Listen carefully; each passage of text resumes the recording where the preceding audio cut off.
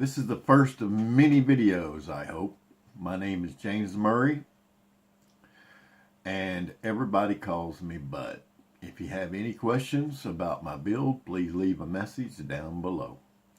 I was inspired to begin producing videos about my do-it-yourself RV from the many videos here on YouTube that have helped me with the many projects over the years. What I hope to do is share the things I've learned from all the projects I've done and share those, especially when it comes to the PowerWall.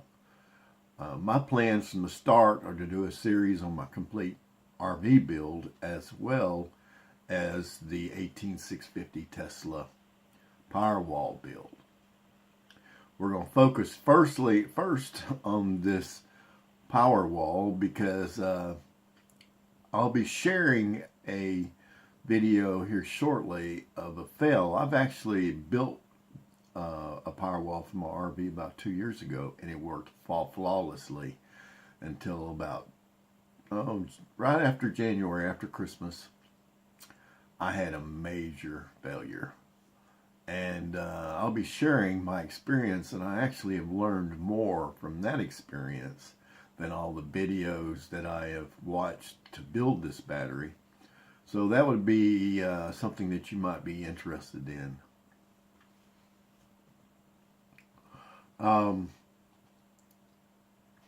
Planning the Tesla style RV PowerWall begins with determining how much power you will need for at least 3 days. That is the way I plan it. You never know when you're going to get rain, snowstorm, cloudy days, and whatever you're using, and I use solar to charge my battery, that if I get a few days that I don't get enough sun to charge my battery up, I don't want to be without power. Now, my power needs are different than what your needs are. I do have a microwave. I do have a toaster oven that I make my brownies in.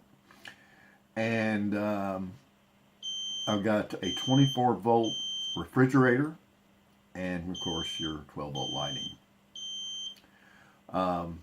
We'll be going over the design of the battery, how to calculate what your needs are, and I'll be trying this time a different holder design.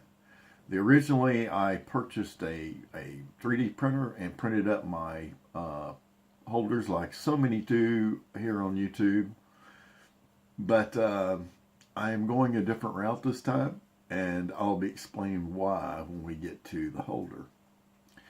And we will do this build. I will cover where to find some good batteries, how to recover them, how to charge and test them, and prepare them for the holder.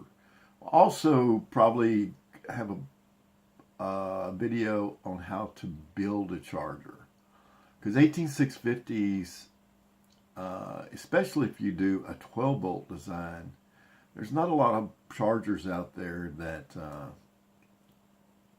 work well with 12 volt, and I'll be explaining that as well. My van is a 24 volt system, 500 kilowatts storage, and it's the electrical system for the van is totally isolated from all of the appliances and things in the van. They're totally separate. I can charge from a cigarette lighter, low amperage, using a charger I built, but I've never had to use it.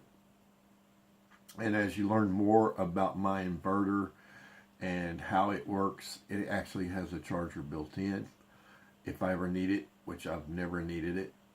In fact, it's what was part of the failure of the battery that I'm replacing right now. I've actually started this battery a couple weeks ago. I'm currently trying to learn how to use all the editor that I'm using, the VSDC editor, to put all the videos and shots together. I am going to start by outlining the design and the plan of the battery.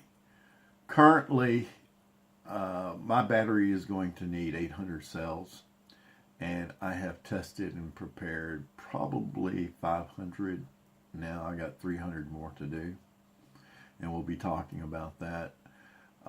We'll be determining the power storage needs. We'll calculate the size and voltage of the battery that you need, and then we'll be designing the form factor of the battery.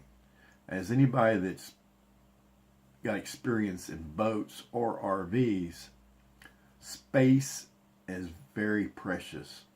And one thing I like about this 18650 battery, you can build it to fit in just about any place and that you've got available. The most important thing is to keep the battery as close to your inverter as possible. You can eliminate a lot of cost with cable size, because you're going to be drawing a lot of amperage through this battery. And the longer your runs, the bigger the cables have to be.